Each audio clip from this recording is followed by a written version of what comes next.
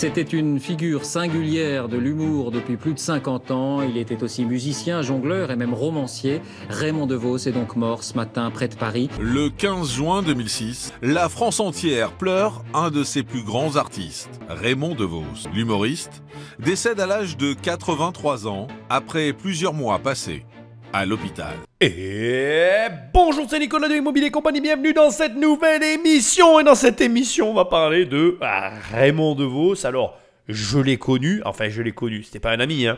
Je l'ai connu en tant qu'humoriste. Je l'ai vu à la télé. Je suis pas allé l'écouter, mais je l'aimais bien. J'avoue qu'il avait son style, il était particulier. À mon avis, j'étais trop jeune quand il était là. Quand j'étais plus vieux, commençais à plus regarder la télé, mais c'était pas le genre de personne que je regardais. Bref, je suis passé à côté. Mais aujourd'hui, on va décortiquer son héritage avec une histoire un peu rocambolesque, c'est vrai, mais qui va me permettre de te parler de sujets que j'ai pas l'habitude d'aborder. Donc, je vais te demander d'être bien attentif jusqu'à la fin. L'émission particulière, je vais peut-être pas mal la couper parce que, bon voilà, c'est quand même un petit peu délicat sur certains points. Ça touche vraiment pas à à mon expertise. Mais, indépendamment de tout ça, je tiens quand même à te le dire dès le départ, on est face à un héritage colossal. Tu vois, moi j'ai été impressionné de ce qu'a pu générer cet homme de son vivant en tant qu'artiste. Pour autant, on est parti dans l'aventure Raymond DeVos, mais avant, et comme d'habitude, les recommandations d'usage. Va sur le site immobiliercompagnie.com, dans l'onglet livres, il y a mes livres. Dans l'onglet formation, il y a toutes mes formations, et dans l'onglet coaching, tu cliques, et on travaille ensemble sur ton projet. Enfin, je te rappelle que j'ai besoin de toi. Là où tu écoutes mon émission, laisse-moi des étoiles et un commentaire, ça m'aide énormément. Ou alors tu prends le téléphone d'un ami et tu l'abonnes sauvagement à cette émission. Allez Patrick, on est parti avec l'histoire de Raymond DeVos, une histoire que, en tout cas personnellement, j'ai appréciée, que je vais quand même, comme d'habitude, remonter. Je t'invite, comme d'habitude, à aller voir l'émission originale, Héritage spécial, Raymond DeVos. Je suis pas inquiet, tu vas chercher et tu vas trouver. C'est en Belgique, dans la petite ville de Moucron, que naît Raymond DeVos le 9 novembre 1922.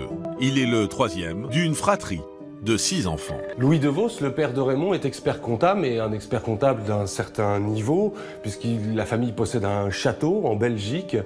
Et malheureusement, en 1925, il fait faillite dans ses activités, ce qui contraint la famille à déménager de l'autre côté de la frontière dans des conditions beaucoup plus modestes. Ils vont vivre dans un petit appartement, dans un quartier ouvrier, et là c'est bien sûr un choc pour toute la famille. La famille ne va jamais réussir à retrouver son statut social précédent, il va y avoir beaucoup de déménagements, et en 1933, il déménage à Paris, mais toujours dans des conditions extrêmement modestes. Il va grandir et au fur et à mesure du temps, il va voir que cet impact, ce manque d'argent a une répercussion sur la qualité de leur vie au quotidien, de la santé mentale notamment aussi de ses parents, comment eux le vivent-ils, et ça il va le ressentir en termes de résonance émotionnelle. Bon déjà, je ne sais pas comment dire ça, mais j'adore le début. On est face à le père de Raymond DeVos qui est très riche et qui fait faillite. Et je l'ai toujours dit, ce qu'il y a de plus dur que de naître pauvre, c'est de naître riche et de devenir pauvre. Je m'en suis jamais caché. Moi, j'ai connu beaucoup d'argent, puis on n'a plus du tout d'argent. Ça a été l'expérience la plus dure et la plus traumatisante presque de toute ma vie. Ça m'a tellement traumatisé que je n'ai eu qu'une seule obsession me concernant. Ça a été de retrouver mon niveau social d'antan, que je n'ai jamais retrouvé d'ailleurs, il faut être honnête. C'est là que je me rends compte qu'il y avait vraiment énormément d'argent dans ma famille à l'époque. Même si aujourd'hui je suis confort, je suis loin du niveau qu'on avait. Il faut quand même être honnête. On était sur un très gros niveau. Alors, et c'est ça qui est intéressant. Sans doute quand on fait faillite comme ça et qu'on a quelqu'un qui a un château, comme le père de Raymond DeVos, ou comme le mien, qui avait une marina et un bateau, enfin plusieurs, puisqu'il a changé plusieurs fois. Bref, il est, comment je vais dire ça ? Il est de bon augure de se poser des questions. C'est-à-dire que, tu sais, parfois, on va voir des personnes qui vont atteindre un certain niveau financier, on va s'interroger, mais en fait, le niveau financier présenté est très éloigné de la réalité financière. Et c'est un des problèmes de l'argent. C'est-à-dire que l'argent, ça n'est rien de ce que tu vois. Tout ce que tu vois qui a un lien avec l'argent peut n'avoir aucune prise avec la réalité. Ça veut dire quoi ? Ça veut dire que tu peux voir quelqu'un qui semble être un sans-abri avec peu de moyens et qui est en réalité extrêmement riche à la banque. Et à l'inverse, tu peux voir des gens qui affichent une richesse ostentatoire, démesurée et presque arrogante, alors qu'en réalité, il n'y a rien derrière à part des crédits. Donc si tu veux, l'argent, c'est ce qui rend la chose extrêmement complexe et difficile à percevoir et à comprendre. C'est qu'en fait, c'est un jeu de dupes. Les gens qui ont souvent le plus d'argent sont ceux qui le montrent le moins. Et les gens qui ont souvent le plus d'argent affiché sont ceux qui en réalité en ont le moins. Alors j'ai une anecdote, j'ai toujours des anecdotes, tu le sais, sur le sujet. J'ai travaillé il y a très très longtemps et pas suffisamment pour en parler. J'ai travaillé à un moment donné dans ma vie, tu sais, ponctuellement en tant que petit boulot d'étudiant, on va appeler ça comme ça. J'ai vendu des télés. Et j'ai vendu des télés dans plusieurs villes. Et en fait, il y avait des villes où les gens achetaient les télés cash, mais ils venaient habillés en souillon. Et il y avait des gens qui venaient acheter les télés à crédit, mais ils étaient habillés comme des princes. Et je trouve que c'est très représentatif en fait. C'est exactement ça. En fait, malheureusement, l'argent, on n'a aucun moyen de savoir qui en a et qui n'en a pas. Et en vérité, moi aujourd'hui, c'est plus dans les paroles que je vais détecter le niveau financier des gens que dans les actes ou dans les faits ou dans même les objets que je vais pouvoir constater. Donc je vais te le dire autrement, c'est plus dans la manière de parler des gens et dans les références qu'ils vont citer, la façon dont ils vont parler de l'argent que je vais détecter finalement s'ils ont ou pas de l'argent que dans ce que je vois d'eux. Je me méfie toujours de ce que je vois et pire, je me méfie encore plus des gens qui affichent. Voilà. Et donc ici, on a un père qui a un château, un train de vie, il fait faillite et souvent c'est corrélé. Alors j'ai des choses à dire encore et j'ai pas fini, je veux quand même les préciser. Souvent, en gros, les gens qui affichent un train de vie élevé, ils gagnent de l'argent. Mais en fait, ils n'ont pas le réglage du train de vie. C'est-à-dire que leur train de vie est surévalué par rapport à l'argent qu'ils gagnent, alors qu'ils gagnent déjà beaucoup d'argent. Et de manière très amusante, les gens qui ont énormément d'argent arrivent à bien gérer leur argent. Maintenant, je vais être tout à fait transparent avec toi. Je pense qu'il existe d'autres solutions. Tu peux avoir un train de vie confortable, gérer correctement l'argent et avoir finalement des dépenses cohérentes avec ce que tu rentres. Après, voilà, c'est toujours pareil, c'est un problème d'éducation, de compréhension, d'interprétation et surtout et avant tout, de gestion. Alors là, ce qui est encore plus ironique dans l'histoire de Raymond DeVos, son père était comptable, mais là aussi, j'en profite pour t'envoyer un message très fort. Attention, un comptable n'est pas un fiscaliste. Attention, attention, un comptable n'est pas un gestionnaire. Là, tu en as la preuve. Le mec est comptable, il fait faillite. Donc, ça n'a aucune corrélation. Tu peux être le meilleur comptable de la Terre et gérer extrêmement mal ton argent. Ça n'est pas inconcevable. En fait, il faut comprendre que la gestion, c'est une compétence. Au même titre que l'argent, au même titre que la vente, etc. etc. Alors, bien évidemment, dans le meilleur des mondes, tu as toutes les compétences. Mais bien évidemment, on est des êtres humains et on a nos défaillances. Donc, c'est à toi après à composer avec ça et à prendre les conseils en compensation de tes qualités. En gros, ce que je veux te dire, c'est que si tu es mauvais gestionnaire, cherche un gestionnaire. Si tu es bon vendeur, cherche un gestionnaire aussi d'ailleurs. Si tu es mauvais vendeur, cherche un bon vendeur. Tu comprends ce que je veux dire? Cherche des personnes qui contrebalancent tes faiblesses. Et normalement, si tu comprends ce que je t'explique là, il n'y aura pas de problème pour toi dans ta vie. Malgré des conditions de vie difficiles, Louis et Agnès DeVos mettent un point d'honneur à donner à leurs enfants le goût de la musique et celui des mots. Une véritable révélation pour le petit Raymond. Sa mère lui parlait en accordant l'imparfait du subjonctif. Sa mère lui apprenait les mots, le pouvoir des mots, la façon de les faire rebondir les uns sur les autres.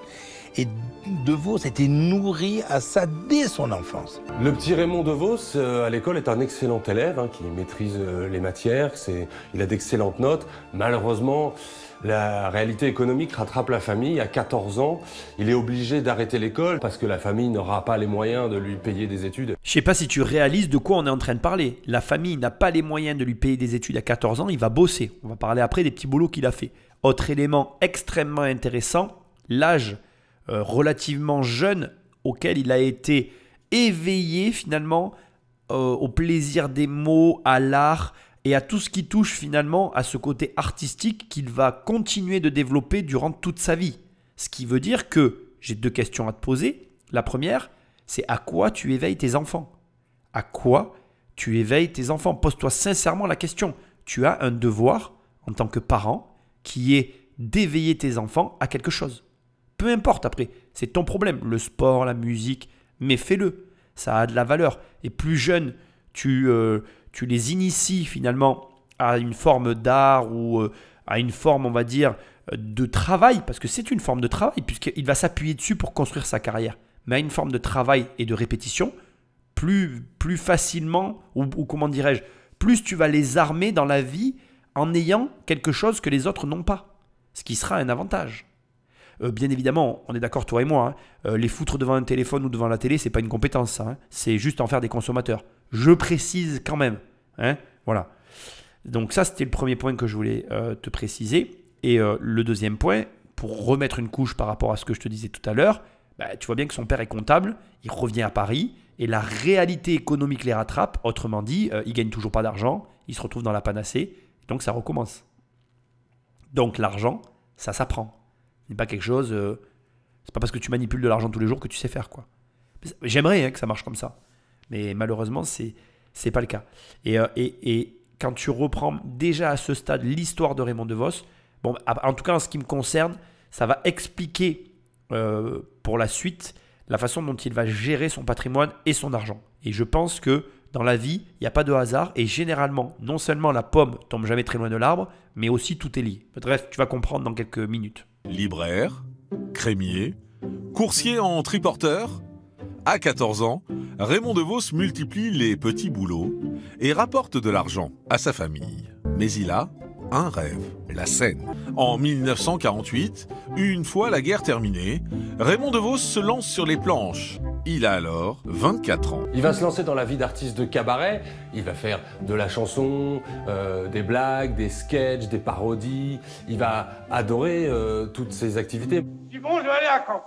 Et à Caen, ça tombait bien, j'avais rien à y faire. Je boucle la valise, j'ai pour prendre le car. Je demande à l'employé, pour quand, quelle heure? Il me dit pour où? Je lui dis pour quand? Il dit comment voulez-vous que je vous dise quand si je ne sais pas où? Je lui dis comment vous ne savez pas où et quand? Malheureusement, la vie d'artiste, ça nourrit pas son homme, donc il loge dans des petits studios, dans des appartements, dans des chambres de bonne, il dort avec un lit au-dessus duquel sa tête tape le lavabo. C'est vraiment la vie d'artiste, c'est la bohème. En 1956, Raymond DeVos a 34 ans, il a trouvé une troupe de théâtre avec laquelle il tourne, et un jour ils vont à Biarritz pour jouer leur spectacle. Raymond DeVos va alors faire une rencontre déterminante. Donc là, tu as eu plusieurs informations. Il a galéré de petit boulot en petit boulot. Et à ce stade déjà, j'aimerais qu'on fasse un point sur tout ce que je viens de dire concernant l'artiste.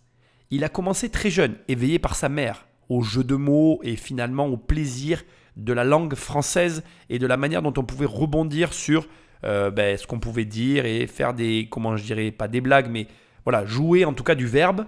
Il l'a commencé extrêmement tôt dans tous les métiers artistiques. À 24 ans, il lance sa carrière de troubadour. J'avais envie de dire ce mot, mais tu me comprends ce que je veux dire. Il se lance finalement dans sa vie d'artiste où il vit une vie de bohème en ne gagnant pas d'argent et en se débrouillant finalement avec le peu qu'il a à gauche et à droite. Et ça va durer 10 ans. Ça veut dire que pendant 10 ans, le mec va galérer sans avoir un sou.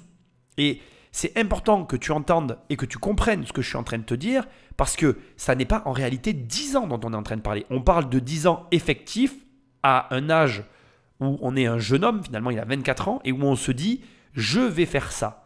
Donc à 24 ans, c'est l'âge affiché officiel où il décide d'assumer un choix qui est lui aussi difficile, de dire je vais faire une vie de bohème, je ne vais pas gagner d'argent, mais je le tente parce que peut-être qu'un jour ça marchera.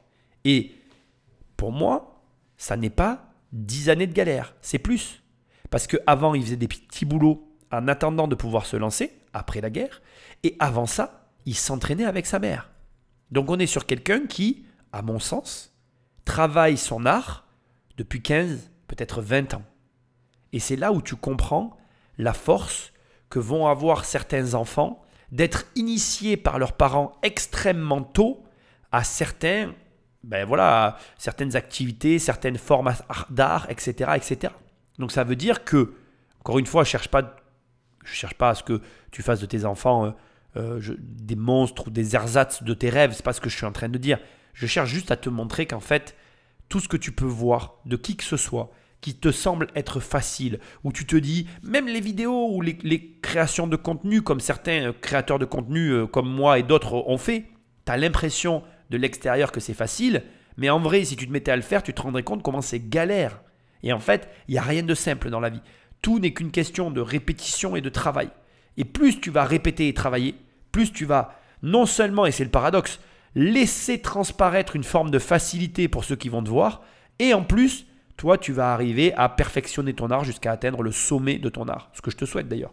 Mais en gros, moi, ce que je voulais souligner ici, c'est qu'il n'y a pas de hasard. C'est qu'on est face à quelqu'un qui, très jeune, comme très souvent d'ailleurs dans toutes ces histoires que je te montre et que je décortique avec toi, on est face à des gens qui commencent extrêmement jeunes et qui finalement, à force de travail et de labeur, arrivent à un très haut niveau. Et ça n'est pas magique, très rarement. Ça arrive, mais c'est rare. Avant le spectacle, on est rentré dans un petit restaurant qui est toujours là, d'ailleurs, que j'ai revu. Et le garçon me dit, monsieur, qu'est-ce que vous voulez? Je dis, je voudrais voir la mer. Et il me dit, vous pouvez pas les démonter, monsieur. Et je lui dis, vous la remontez quand? Et il était un peu décontenancé. Il a dit, c'est une question de temps. Et c'est comme ça que j'ai fait mon premier monologue. J'avais 3 jours devant moi, je dis tiens, je vais aller voir la mer. Je prends le train, j'arrive là-bas, je vois le portier de l'hôtel, je lui dis où est la mer? Il me dit la mer elle est démontée. Et je dis vous la remontez quand? Il me dit c'est une question de temps. Raymond DeVos développe un style unique en son genre. Il va commencer par des petits cabarets, puis des petites salles, puis des salles un petit peu plus grandes. Jusqu'à ce que sa notoriété se fasse, il va faire la première partie d'immenses artistes qui sont ses amis, Georges Brassens, Jacques Brel. Il va passer à la télévision et puis petit à petit, il va acquérir, dans les années 60 et encore plus dans les années 70, le statut de vedette. Je trouve toujours que c'est très intéressant de voir comme ça finalement la progression de quelqu'un. D'abord, tu remarqueras que c'est lent, surtout dans certains types de métiers. C'est très lent, c'est très long. Et je sais qu'on cherche tous la richesse rapide, mais malheureusement, dans certaines activités, dans certains domaines, il faut laisser le temps au temps. Mais surtout, on a quelqu'un qui a un style unique. Ça te rappelle rien? Dans la précédente émission sur les héritages, je t'ai déjà dit, et je te le répète à chaque fois, c'était sur le peintre. Il avait un style unique. Et là, c'est pareil. On a encore quelqu'un qui a un style unique. Par contre, moi ici, là où je trouve qu'il y a un élément intéressant, c'est quand il parle de son spectacle, tu sais, avec la mer démontée, quand il a rencontré le mec à qui il dit voilà, je voudrais venir voir la mer, ah mais je peux pas les démonter, enfin bref. Et là, il explique en gros à demi-mot, je sais pas si tu as bien compris le point de ce passage, mais qu'en fait, il a eu un spectacle, il a rencontré quelqu'un qui lui a donné l'idée d'un spectacle en monologue, qui a eu un immense succès, et c'est à partir de là que tout le reste s'est construit. Et dans les métiers artistiques, mais dans tout d'ailleurs, très souvent, c'est la rencontre avec un succès commercial, un succès X ou Y, qui va permettre à l'artiste de pouvoir faire le reste. Et ça veut dire que tu ne dois jamais abandonner en fait, jusqu'à ce que tu aies trouvé cette chose-là. Cette chose-là, ça sous-entend ce succès commercial, et on est bien d'accord, tu as bien compris. Très souvent, ça commence par un succès commercial. Et d'ailleurs, c'est là où la vie, elle est plus ou moins juste. Certains vont avoir ce succès commercial extrêmement jeune, et ils vont pouvoir bâtir leur carrière dessus, alors que d'autres l'auront beaucoup plus vieux, mais finiront quand même par l'avoir, mais bâtiront aussi une carrière dessus. Après, on va pas se mentir, la fin de l'histoire, elle ne dépend que de tes qualités de gestionnaire. Il y a des gens qui vont avoir la capacité à gérer ce succès commercial et l'argent qui va avec, et il y a des gens qui, malheureusement, n'y arriveront jamais. En 1968, Raymond DeVos fait son premier Olympia en tant que vedette. Une consécration pour l'humoriste. Au fil du temps, il installe un personnage inimitable dans le cœur du public. Il avait inventé ce truc formidable qui est que vous savez que pour un artiste, les gens vous reconnaissent immédiatement. Lui, ce qu'avait Raymond DeVos, c'était des costumes éternellement bleus tout le temps. Il n'y avait pas de couleur autre que ça. Et je me souviens que le ventre de Raymond DeVos basculait par-dessus la ceinture de son pantalon. Le pantalon qui n'était jamais tenu par une ceinture, mais qui était toujours tenu par des bretelles. Et puis quand il avait ce physique absolument épanoui de culbuto, il a trouvé les phrases qu'il avait, les phrases, elles, qui culbutaient la langue française. Donc c'est ça qui était beau. Il disait je suis un imbécile. Alors je lui ai dit monsieur c'est vite dit. Tout le monde peut dire je suis un imbécile, tout le monde peut dire je suis un imbécile. Il faut le prouver. Et il m'a dit je peux. Et il m'a apporté les preuves de son imbécilité avec tellement d'intelligence et de subtilité que je me demande s'il m'a pas pris pour un imbécile. Donc là, on est carrément dans le personal branding. C'est vraiment quelque chose d'hyper important. La singularité, la capacité que vont avoir le public à tout de suite, sur une silhouette, sur des détails, être en capacité de reconnaître la personne. C'est ce qu'a fait Raymond DeVos relativement tôt, finalement. À une époque où il y avait déjà la télévision. Moi, quand j'étais gamin, je l'ai déjà vu à la télé. Il faisait rire tout le monde. Il avait vraiment son style. En revoyant cette émission et en la travaillant, je me suis tout de suite rappelé des bretelles et effectivement de cette espèce de personnage de culbuto qui lui collait si bien à la peau. Mais il y avait un truc vraiment spécial avec DeVos, c'est qu'il avait cette capacité de faire avec les mots des choses que personne d'autre que lui n'était capable de faire. Il y avait vraiment, moi je me rappelle que c'est pas qu'il me faisait rire ou pas, c'est que je comprenais pas. Mais les adultes comprenaient eux, moi j'étais enfant.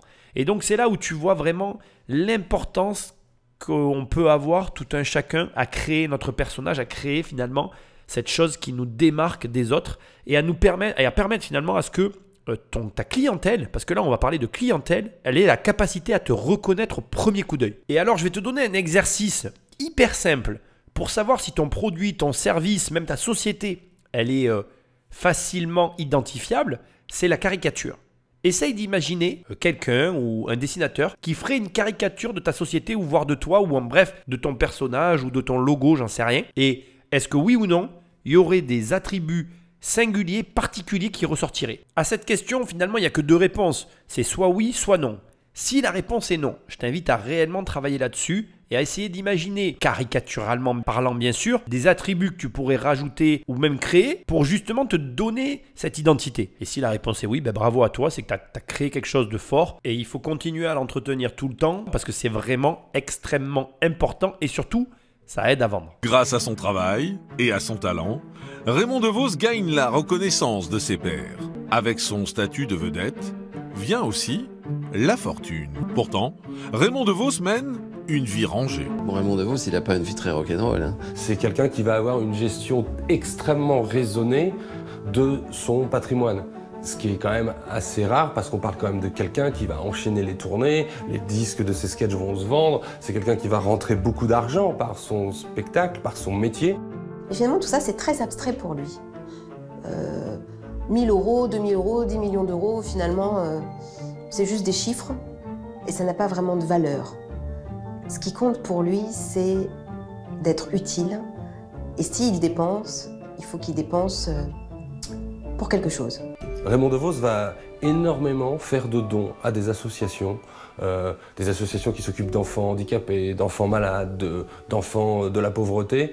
C'est quelqu'un qui va être extrêmement généreux. Il va faire des chèques de gros montants pour ces associations-là, sans jamais en faire publicité. Raymond DeVos est marqué à vie par ce qui est arrivé à son père, par la déconfiture financière de son père. Il m'avait dit un jour, tu sais, quand on a revêtu un manteau de misère, on n'oublie jamais. Cette vie rangée, Raymond DeVos la partage avec Simone, une comédienne rencontrée au début des années 50. Ensemble, ils n'ont pas d'enfants. La seule folie de l'artiste, c'est la grande demeure entourée d'un parc à Saint-Rémy-les-Chevreuses. Le couple s'y installe en 1963. Une maison où ils vont couler des jours heureux. Quand on revêt un manteau de misère, on n'oublie jamais. Et qu'est-ce que je suis d'accord avec lui? En fait, la situation de manque, le fait d'avoir des problèmes financiers, c'est quelque chose qui fait que même avec beaucoup d'argent sur les comptes, tu te sens jamais à l'abri. En fait, je pense pouvoir un petit peu parler de ce phénomène. Ça se cristallise en un seul et unique point, c'est la vitesse avec laquelle ça bascule. Moi, ça m'avait marqué déjà quand j'étais enfant et pourtant je n'étais que enfant et je m'en rappelle encore.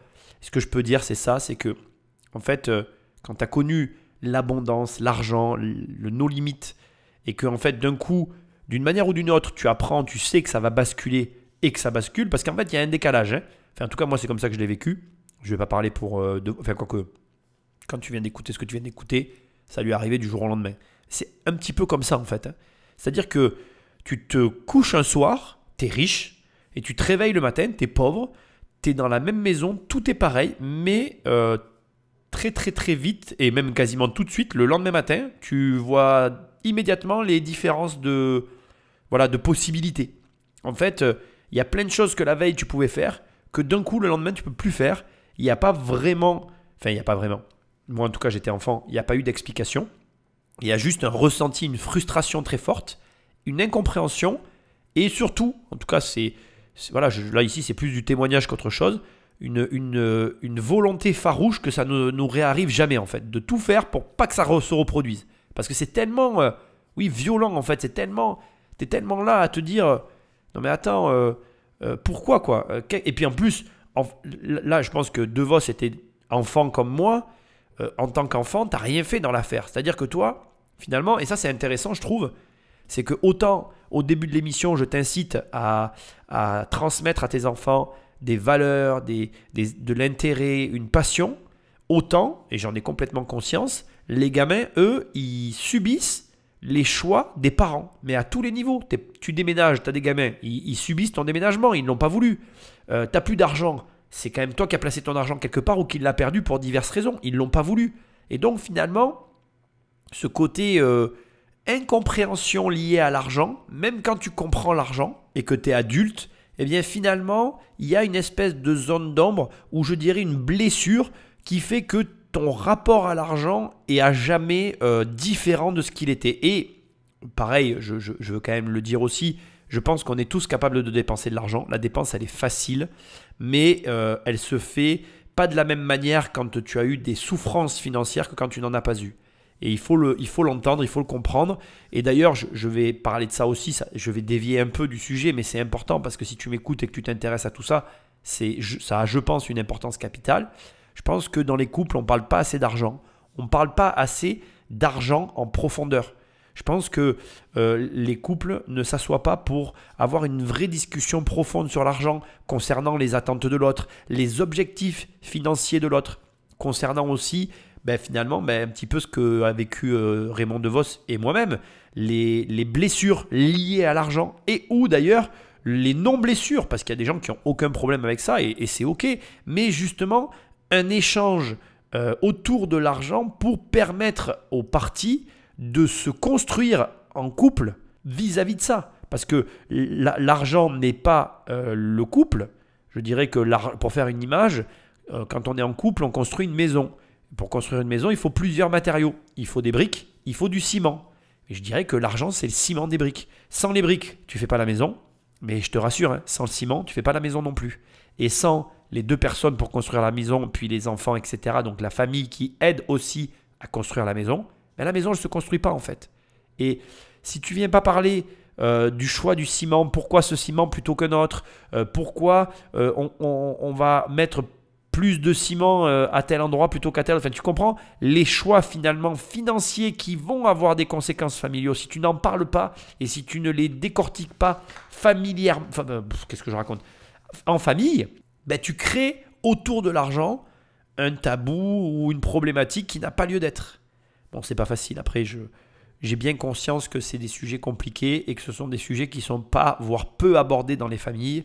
Et que de toute façon, ça ne se réglera pas avec une seule émission en podcast. Mais je t'incite réellement à parler d'argent avec tes proches, avec ta famille, pour justement désamorcer tout ce qu'il peut y avoir autour de l'argent. Et juste, je termine là-dessus, c'est normal que qu'on ne soit pas d'accord. C'est normal qu'autour de la table, il y ait 3 personnes ou 4 personnes ou 5 personnes, je ne sais pas combien il y aura de personnes autour de ta table. Mais si vous êtes 5 ou 6 et que chacun a une vision différente de l'argent, c'est très bien. C'est justement là que la discussion va être intéressante. Après, il faut respecter les avis de chacun, essayer de comprendre et surtout discuter. C'est ça qui est important. Et ici, on voit bien qu'on a quelqu'un qui a été un petit peu traumatisé, comme ça a été dit par son passé, et qui contrebalance en conservant une vie rangée, presque comme s'il ne gagnait pas des millions, alors qu'il a des millions. On parle de millions d'euros, tu vois, c'est incroyable. Mais après 40 ans de mariage, Simone décède en 1999. Après le décès de Simone, Raymond va trouver le réconfort dans les bras de Françoise Mauck, qui se trouve être son attachée de presse depuis 1985. L'histoire de Françoise avec Raymond est extraordinaire parce qu'ils commencent à travailler ensemble et puis une histoire d'amour démarre. Elle devient sa compagne officielle après la mort de l'épouse de Raymond. Et en fait, Françoise, qui est sensiblement plus jeune que lui, il est prévu qu'elle soit l'héritière de Raymond et que c'est elle qui va défendre et continuer à mettre en lumière l'œuvre de Raymond une fois qu'il ne sera plus là. Et puis, le destin en a décidé autrement et Françoise est morte à 56 ans d'un cancer. À 81 ans, Raymond DeVos s'isole dans son chagrin. Veuf et sans enfant, à la tête d'un héritage de 15 millions d'euros. Mais un événement va venir bousculer son quotidien. Raymond DeVos, qui est au plus fort de sa solitude, il ne reçoit plus grand monde, pas beaucoup de visites, pas beaucoup de liens familiaux. Il reçoit, le 30 avril 2003, un bouquet de fleurs. Ce bouquet de fleurs est accompagné d'un fax avec des mots gentils, réconfortants, d'une femme qui prétend vouloir lui ramener un petit peu de bonheur dans sa vie. Une femme qui se présente comme étant un médecin humanitaire. Donc il est tout à fait intrigué. Ce fax est accompagné d'un numéro de téléphone portable. Raymond DeVos va appeler ce numéro. Ce que j'ai en commun avec Raymond, c'est l'humour, c'est les sketchs, c'est l'écriture, quoi. Raymond me montre ce qu'il a écrit. Il y en a pas mal quand même. Moi, je rapporte ce que j'ai écrit, vous voyez. Voilà. Ça tournait autour de ça. Puis rien n'existait à côté. J'étais avec Raymond, il était avec moi, on était très heureux. Tout se passait très bien. Parce que Raymond, c'est un homme merveilleux. Je vous dis merveilleux. Il n'élevait pas la voix, c'était quelqu'un de calme, c'était quelqu'un d'adorable. Bon alors comme tu le vois, Raymond DeVos, il n'a pas eu une fin de vie très heureuse. Il a perdu à 2 reprises les personnes qu'il aimait. Et alors qu'il s'apprêtait à finir sa vie seul, une femme rentre dans sa vie de manière assez surprenante via un fax. Moi je sais qu'aujourd'hui quand on parle d'un fax, ça fait vraiment email venu d'un autre temps, le dinosaure de l'email. Bref, peu importe. En tout cas, toujours est-il que ici on est en plein dans la caricature, ou plutôt je devrais dire, c'est même pas la caricature, comment c'est que je pourrais dire comme terme? Oui, ici, l'imaginaire, la raison pour laquelle les gens n'aiment pas les riches, tu vois. Genre, t'es riche, tu finis comme ça, triste et malheureux et seul dans ton coin. Vraiment, je vais dire ici ce que je pense, ça n'a aucun rapport. Il y a des gens qui auront une fin de vie heureuse, d'autres une fin de vie malheureuse. Il n'y a rien qui empêchera qu'une personne puisse avoir la même trajectoire de vie que Raymond DeVos, avec ou sans argent d'ailleurs. Et de toi à moi, de toute façon, tu as une chance sur deux. Hein. Que ce soit toi, moi, nous tous, on a tous une chance sur deux d'avoir une fin de vie heureuse ou malheureuse. C'est pour tout le monde pareil. Simplement, pose-toi la question suivante. Tu préfères être malheureux avec de l'argent ou malheureux sans argent? Et c'est tout, quoi, en fait. Ça ne changera même pas ton bonheur dans cette affaire. Hein. On va pas se mentir, je suis lucide. C'est pas la somme qu'il y a sur ton compte en banque qui transformera ton malheur en bonheur ou ton bonheur en malheur. Ça n'a aucun espèce de rapport. Par contre, il y a une seule chose que l'argent va faire dans une période comme celle-ci, c'est que, ça va te permettre de t'acheter une dignité, c'est-à-dire que tu vas pouvoir te payer la retraite que tu désires, et puis surtout, si tu as des enfants, tu ne vas pas attendre après eux pour qu'ils s'occupent de toi. Tu vas pouvoir faire en sorte que des gens s'occupent de toi. Donc, conserver cette dignité, en tout cas qui, à mes yeux, a un certain prix. Chacun voit midi à sa porte ensuite. Samantha a régulièrement rendu visite à Raymond DeVos à son domicile de Saint-Rémy-les-Chevreuses entre 2003 et 2005. Le 8 octobre 2005, 2 ans et demi après leur premier contact, Samantha s'installe chez Raymond DeVos. L'état de la star s'est dégradé. Il a besoin de soins et elle se présente justement comme médecin. Bon, tu l'imagines, j'ai beaucoup coupé parce que ça ne me concerne pas, mais globalement, je vais rentrer dans ce sujet. Donc, une personne qui apparaît du jour au lendemain, qui s'installe avec Raymond DeVos parce que, soi-disant, elle est médecin. Et comme tu vas le voir, ça va très rapidement dégénérer. Je vais essayer de couper au maximum pour qu'on en vienne au vrai sujet qui va commencer à émerger tranquillement dans les prochains extraits qu'on va écouter. Donc effectivement, elle va se proposer de l'accompagner chez les médecins, d'aller voir avec lui son généraliste, elle va aller chercher ses médicaments, elle va occuper de plus en plus le terrain, et puis jusqu'à éloigner chaque jour un peu plus tous les gens qui l'entourent. C'est un espèce de cordon sanitaire qu'elle va dresser autour de lui. Donc en réalité, Samantha Lemonnier arrive et elle essaie de faire le vide autour de Raymond DeVos et de remplacer l'environnement qui existe par sa propre présence exclusive. Oui, c'est ça sans être ça. C'est-à-dire que j'essayais de repousser un peu tous ceux qui étaient maléfiques pour Raymond. Voilà. Plus Raymond allait mal, mieux c'était pour eux. Parce que le but, c'était que Raymond, excusez-moi, rende l'âme au plus vite, de façon à se servir. Le but, c'était de lui prendre tous ses biens. C'était le but. Moins d'un mois après l'arrivée de Samantha, le 2 novembre 2005, l'état de santé de l'humoriste est alarmant. Il est dans un état critique et semi-comateux. Bon, je pense que tu as compris où je voulais en venir, mais si tu gagnes de l'argent, qu'est-ce qui va se passer? Qu'est-ce qui va se passer? Les requins vont commencer à arriver. Alors ici, il y a une particularité. Raymond DeVos, il a 15 millions d'euros de patrimoine. C'est quand même une particularité. C'est pas tous les jours que tu vois se balader quelqu'un qui possède 15 millions d'euros de patrimoine. Il a une deuxième particularité qui accroît l'intérêt autour de l'individu. Il n'a pas d'héritier, il n'a pas de famille, il n'a pas de descendants. C'est-à-dire qu'il a sa famille, donc ses frères et sœurs que tu as vus au début de l'histoire, mais il n'y a pas eu d'enfant avec aucune des femmes qu'il a pu avoir.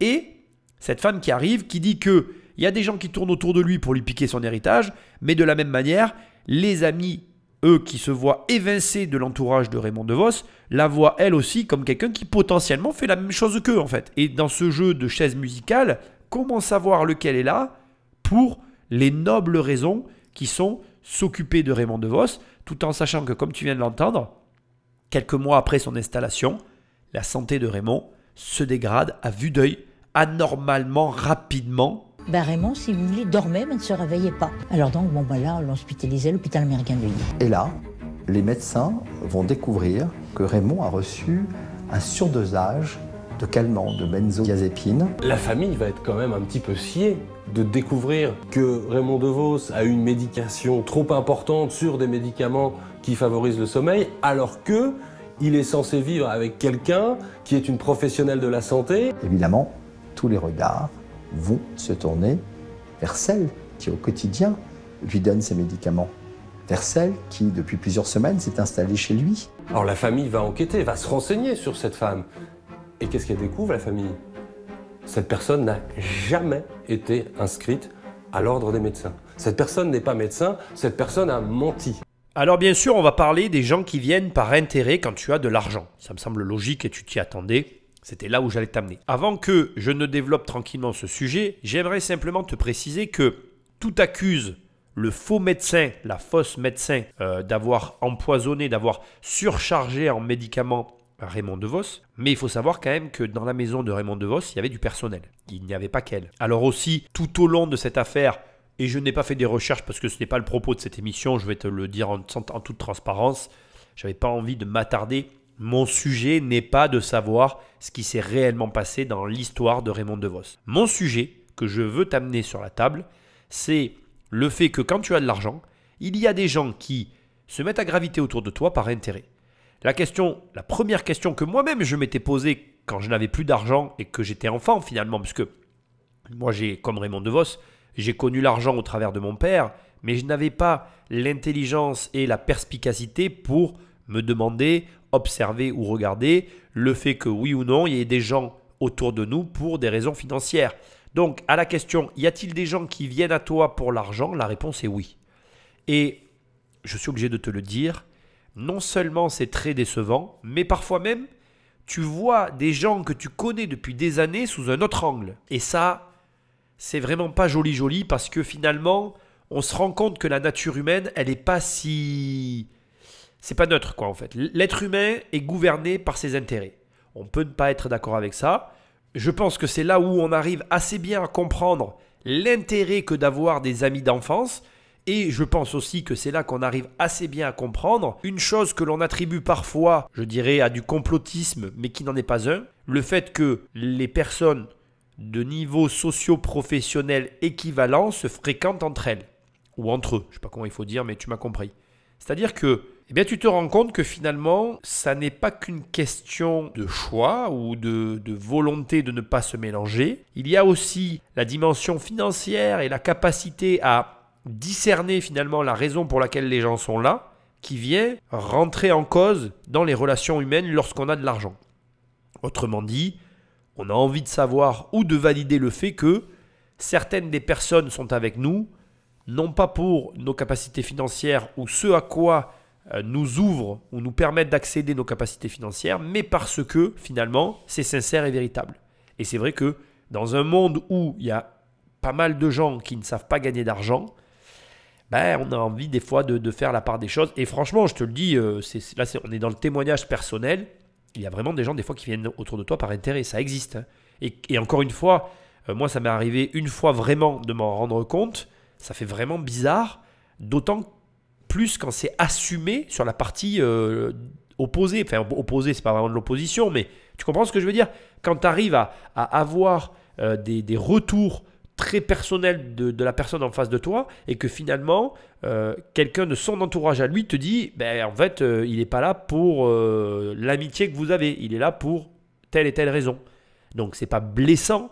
Parce que bon, moi je suis comme ça. Il y a très peu de. Enfin, c'est pas que c'est blessant ou pas. C'est juste que, ben voilà, c'est comme ça. Qu'est-ce que tu veux faire? Après, c'est la vie. Hein. Tu t'en rends compte. Et moi, je me dis que déjà de m'en être rendu compte, c'est une bonne chose. Après, la réalité derrière tout ce que je suis en train de te dire, c'est que plus tu as d'argent, plus il y a de gens qui viennent, plus il y a des gens qui viennent, plus il faut faire la part des choses, plus c'est difficile. Et plus en fait, finalement, c'est important d'avoir une famille, c'est important d'avoir tout cet équilibre qui te permet de faire face à l'argent. Parce que l'argent, ça ne change rien à la vie en fait. Ça te permet juste de faire plus de choses. Et ces choses que tu peux faire en plus, il y a juste des gens qui veulent en profiter.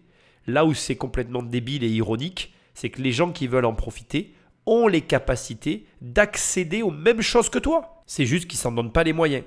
En attendant, bon, peu importe, la réalité c'est que concernant Raymond DeVos, on est sur une fin de vie, c'est la pire des choses qui puisse arriver à quelqu'un, à savoir une fin de vie comme celle-là, une fin de vie où finalement, non seulement tu es esseulé parce que tu as perdu les personnes que tu aimais, mais en plus, les gens qui viennent ne sont pas là pour toi, ils sont là pour prendre ton pognon, quoi.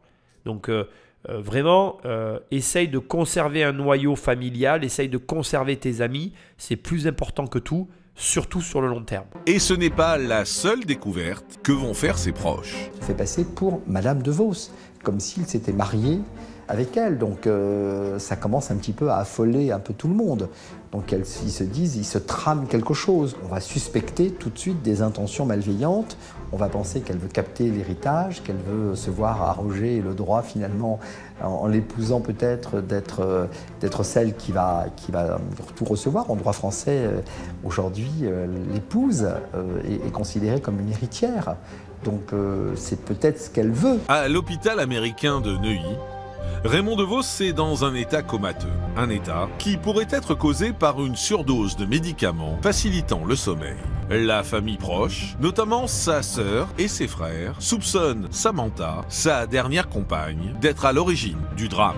Imaginez leur surprise de découvrir dans les analyses sanguines de Raymond DeVos un surdosage de médicaments et en plus des médicaments qui peuvent être dangereux. Prudente, la famille décide de transférer l'artiste à l'hôpital de la Pitié-Salpêtrière à Paris et d'interdire à Samantha l'accès à la chambre. Bon, j'ai une question qui est assez importante ici et j'aimerais que tu prennes le temps d'y réfléchir une seconde. Est-ce que tu penses que c'est parce qu'il y avait 15 millions d'euros que la famille s'est autant occupée de Raymond et que finalement ils se sont autant souciés d'eux? Ou est-ce que tu penses que même qu'il y ait eu ou pas eu cet argent, la famille aurait agi de la même manière? Alors, moi je vais te donner mon avis. J'ai envie de te répondre que, argent ou pas argent, la famille aurait agi de la même manière. Ça, je veux quand même le préciser. Et c'est là où ça devient intéressant. Je pense qu'en réalité, nous sommes des êtres humains et que l'être humain est complexe. Et je pense que ce n'est pas parce qu'il y a l'héritage que la famille s'est défendue comme ça de cette femme. Je pense que simplement, comme il y avait cet héritage, ils ont juste augmenté leur vigilance. Et je pense qu'il faut arrêter maintenant avec aussi ces croyances à 2 balles où on va avoir des gens qui vont arriver et nous dire « Ah mais c'est parce qu'il y a eu cet héritage que la famille était autant concernée par la santé de Raymond DeVos. Mais c'est complètement faux en fait. L'héritage n'est juste qu'un amplificateur d'une situation qui aurait été de toute manière, avec ou sans argent, identique. Tu peux ne pas me croire, pourtant je suis convaincu de ce que je suis en train de te dire. Ce n'est pas parce qu'il y a de l'argent que la famille est suspicieuse, que la famille elle agit de telle ou telle manière. La famille aurait agi exactement de la même manière, avec ou sans pognon. La seule différence, c'est que comme il y a de l'argent, la vigilance a été un peu plus amplifiée. C'est juste ça. Ce que j'essaye de te dire, c'est que de mon point de vue, l'argent ne transforme pas les gens. C'est très important de l'entendre. L'argent, il prend juste ce que tu es et il va juste exacerber certains comportements parce qu'il est présent. Donc là, comme il y a beaucoup d'argent, on regarde quand même ce qui se passe plus en profondeur parce que, tu as très bien compris pourquoi. Parce qu'on a beaucoup d'argent et qu'on sait très bien, en tout cas dans les familles où quelqu'un a de l'argent, généralement, les familles sont au courant que des personnes peuvent arriver pour l'argent, qu'il peut y avoir ce qu'on appelle des piques assiettes. Et donc du coup, on a cette vigilance en plus qu'on peut ne pas avoir quand on n'a jamais eu ou qu'on n'a pas eu beaucoup d'argent. Voilà. Et moi, je voulais juste ici prendre le temps de le souligner parce que je vois aussi trop souvent des gens qui me disent « Ah oui, mais c'est parce qu'ils ont du pognon qu'ils agissent comme ceci, comme cela. » Mais pas du tout en fait. Les gens agiraient tous globalement toujours de la même manière. Simplement, le fait qu'il y ait du pognon, ça va juste amplifier certains mécanismes. Et c'est ok en fait. Je veux dire, demain, ta fille, elle a 15 millions sur un compte, ou ton fils, il y a une nana qui arrive, et elle est bizarre, et elle fait des trucs bizarres, bon ben, tu vas te dire, est-ce que c'est pour les 15 millions? Et maintenant, élimine de l'équation les 15 millions, c'est ton fils ou ta fille. Réfléchis une seconde, tu agirais de la même manière. Donc tu vois bien que l'argent, c'est juste un paramètre en plus sur lequel tu vas rajouter une vigilance en plus, mais ça ne va rien changer à tes comportements. Et c'est pour ça que je te disais tout à l'heure que c'est très important d'avoir une famille, d'avoir un cercle autour de soi qui est là et qui te remet les pieds sur terre et qui te rappelle d'où tu viens et qui te donne de l'amour véritable parce que eux, ce seront toujours tes potos. Alors quand je dis les potos, c'est pas dans le mode les amis, etc. C'est les potos qui te ramènent à la réalité. Tu vois ce que je veux dire? C'est important d'en avoir parce que ça te permet de te dire, ok, ce sont mes origines, ce sont mes amis. Et avec eux, j'ai créé un vrai lien. Et ce vrai lien, là, le véritable... Et tu peux créer des liens quand tu as de l'argent. Hein. Moi, je me fais aujourd'hui de vrais amis, dont je suis convaincu que ce sont mes vrais amis. Et ça se passe extrêmement bien. Et l'argent ne rentre pas en ligne de compte dans notre relation. C'est aussi possible avec de l'argent. Mais c'est vrai que quand on a de l'argent comme ça, ben, on attire parfois, je dirais, des personnes mal intentionnées. Et il faut rester vigilant. Un mois plus tard... En décembre 2005, Raymond DeVos, 83 ans, retrouve ses esprits. Et bien évidemment, la famille, les proches vont lui poser des questions sur cette femme. Et la surprise, Raymond DeVos rentre dans une colère noire. Il hurle, il déclare que cette femme est une mythomane, qu'il ne faut pas la croire. Et surtout, il dit « Je ne veux plus la revoir ». Mais une autre rumeur circule.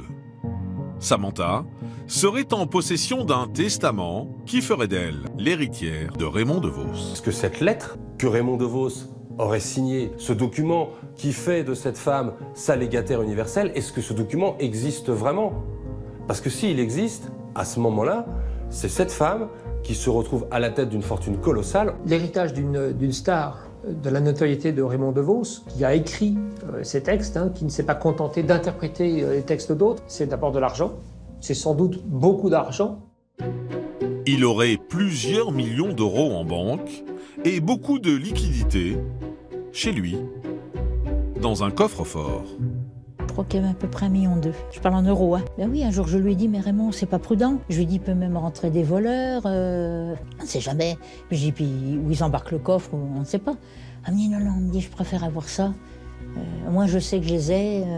Bon, j'ai pas insisté. Je lui ai dit, mais enfin, c'est pas raisonnable. Raymond DeVos possède également plusieurs biens immobiliers. Il y a cette grande maison de Saint-Rémy-les-Chevreuses, qu'il a acheté en 1963, où il a vécu avec Simone, avec Françoise, où il vit toujours. Et puis, il y a une autre maison qu'il a achetée également à Saint-Rémy-les-Chevreuses, et il est également propriétaire d'une villa à Quiberon. C'est pas un patrimoine immobilier exorbitant, mais ça a quand même une sacrée valeur. Mais l'héritage de Raymond DeVos, c'est aussi toute son œuvre. C'est tout d'abord toute sa propriété artistique, donc tous les sketchs qu'il a écrits, les chansons, les films dans lesquels il a pu apparaître vont constituer un patrimoine immatériel sur lequel il va toucher ce qu'on appelle des droits d'auteur. Plus les spectacles vont continuer d'être diffusés, les sketchs d'être diffusés, à chaque fois, bling, il y a de l'argent qui tombe. On peut estimer qu'après, en effet, plus de 50 ans de carrière, Raymond DeVos étant entré dans le patrimoine des humoristes français, il a pu accumuler dans l'intégralité de sa vie environ 10 millions d'euros de droits d'auteur, droits d'artistes, etc. Les droits d'auteur vont lui être versés pendant encore 70 ans après sa mort. C'est clair que ses héritiers auront la main sur une mine d'or très intéressante et qui pourront faire fructifier sur le futur surtout. Donc sortir des DVD de ses sketchs, imprimer et éditer des livres du texte de ses sketchs, etc., etc.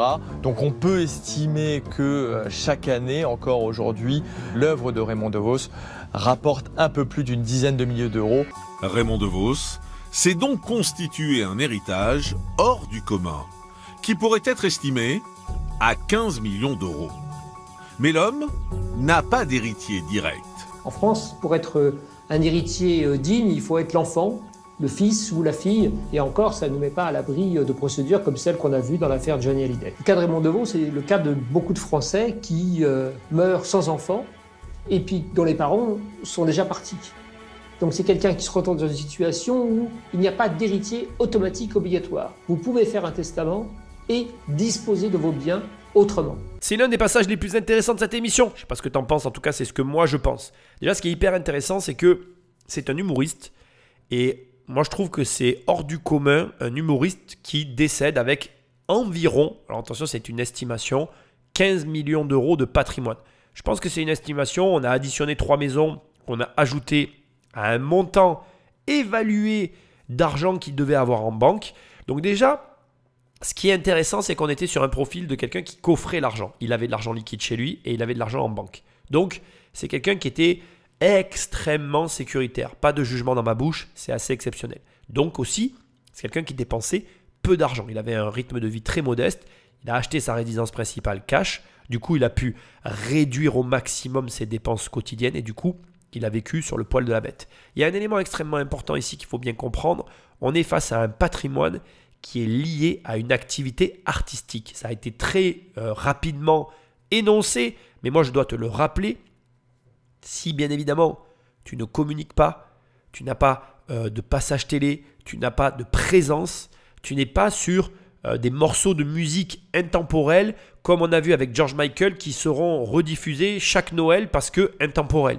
On est sur des blagues, on est sur quelque chose de très particulier et donc moi personnellement je minorerai légèrement et la valeur du patrimoine général qui a été donné ici et le fait que ce soit une réelle mine d'or. Je pense que pour que ce soit une mine d'or comme ça a été énuméré ici, il aurait fallu qu'il y ait une personne du métier qui récupère le bébé et qui le fasse vivre après son décès, ce qui n'a été absolument pas le cas. Et aujourd'hui, il convient de dire que Raymond DeVos est tombé dans l'oubli parce que je fais cette émission, je me rappelle de lui, mais je suis certain que si je prenais des gens dans la rue et que je leur demandais qui est Raymond DeVos, la plupart des jeunes actuels ne savent même plus qui c'est. Malheureusement d'ailleurs. Et quand on le voit, alors je sais que, je ne sais pas si je l'aurais coupé ou pas au montage, mais je sais qu'on nous dit qu'il a été mis dans les livres d'histoire, etc. parce qu'on étudie sa prosologie. Je ne sais pas si ça se dit, mais bon, je le dis. En tout cas, ça n'est pas que lui rendre hommage. Je ne pense pas que quand tu donnes à des élèves un mec à étudier à l'école, ils ne vont pas aller acheter son DVD qui n'est même plus produit d'ailleurs. Donc je ne pense pas que là aussi, ça fasse vivre son art. Donc je suis très peu enthousiaste sur le côté... on est sur une mine d'or, ça rapporte des dizaines de milliers d'euros par an. Je pense que ça va très vite. L'ère YouTube n'existait pas au début des années 2000 quand il est décédé. Et donc malheureusement, il y a très peu de son contenu qui a été diffusé sur la toile. Je pense qu'il est toujours consulté, je pense qu'il existe en ligne et qu'il existe encore, mais pas à la hauteur de ce qu'il a pu être dans les années 80-90. Et d'ailleurs, c'est très dommage parce qu'il représentait la France telle qu'elle était autrefois, à mon sens. Mais ça reste mon opinion là encore. Maintenant, ça n'enlève rien au patrimoine colossal qui s'était constitué, ce qui est encore une fois extrêmement surprenant pour le type de personnalité qu'il était. Et ça n'enlève rien au fait que, et je suis d'accord avec lui, si tu donnes une pareille somme à quelqu'un qui sait un tant soit peu gérer l'argent, tu peux te construire un empire. Hein. Sur une deuxième génération qui gérerait correctement le pognon, ça serait fabuleux. On en vient maintenant à la fameuse femme qui partage depuis récemment sa vie. C'est vrai que de façon tout à fait surprenante, elle est apparue là en plein milieu. Il y a une rumeur de testament et c'est vrai aussi, il faut le savoir, qu'en France, dans un cas comme celui-là, si elle avait été sa dernière compagne, eh bien, le patrimoine de Raymond DeVos, de facto, lui aurait appartenu par la suite en fait. Même s'il avait eu des héritiers d'ailleurs. Donc c'est vrai que je peux comprendre que pour la famille ce soit dérangeant et gênant, et je peux comprendre aussi que quelqu'un comme elle, qui somme toute n'a peut-être pas un patrimoine d'une telle envergure, convoite 1 ou 2 millions, après tout, à qui ça manquerait? Pas aux défunts et ni aux disparus, peut-être aux enfants, et encore que tu vas avoir une surprise. Raymond DeVos avait tout prévu, non seulement il avait tout prévu, mais finalement, la famille n'aura pas tant d'argent que ça, personne n'aura autant d'argent que ça, le patrimoine va glisser dans les mains, et je te le donne en mille, de la mairie, de l'État, et c'est surprenant parce que de mon point de vue, ça n'est pas un cadeau. Alors, dans les années 2000, sur les conseils de Françoise, sa deuxième compagne, l'artiste a pris des dispositions testamentaires. Raymond DeVos décide d'attribuer peu ou prou 10 millions d'euros à sa ville, en tout cas à la ville qu'il aimait. Il fait ça parce qu'il souhaite que sa maison devienne un musée, un lieu de création. Il y aura des ateliers d'écriture, des ateliers de théâtre où on va faire perdurer la vie culturelle de la commune. C'est son souhait. Et puis il lègue 300 000 euros à chacun des membres de sa famille. Bon, alors pourquoi je dis que c'est pas un cadeau? Alors d'abord parce que quand tu lègues un héritage à quelqu'un, il faut l'entretenir. Et là on parle d'un héritage immobilier. Il a légué 10 millions d'euros à sa commune, Saint-Rémy-les-Chevreuses. Et bien évidemment, ton humble serviteur est allé regarder. Je voulais voir en fait de mes yeux si la dette de la commune avait diminué. Parce que demain, regarde, je te fais un virement de 10 millions d'euros. Dans la logique, ta dette, elle devrait diminuer. Ta dette, elle devrait se résorber d'une manière ou d'une autre. Et alors, je te le donne en 1000. Je suis devant la courbe de la dette de Saint-Rémy-les-Chevreux. Et alors, figure-toi que de 2006, donc tu prends l'année de 2003 à 2006, donc sur 2 ans finalement, la dette, elle est passée de 7 millions à quasiment 9 millions d'euros. 6 999 790 à 9 220 000. La dette est restée plafonnée à 9 millions 2, 9 millions 3 jusqu'en 2010. De 2010 à 2013, la dette s'est réduite. D'accord ? La dette de la commune s'est réduite de 9 millions 3 à 6 981 000. D'accord ?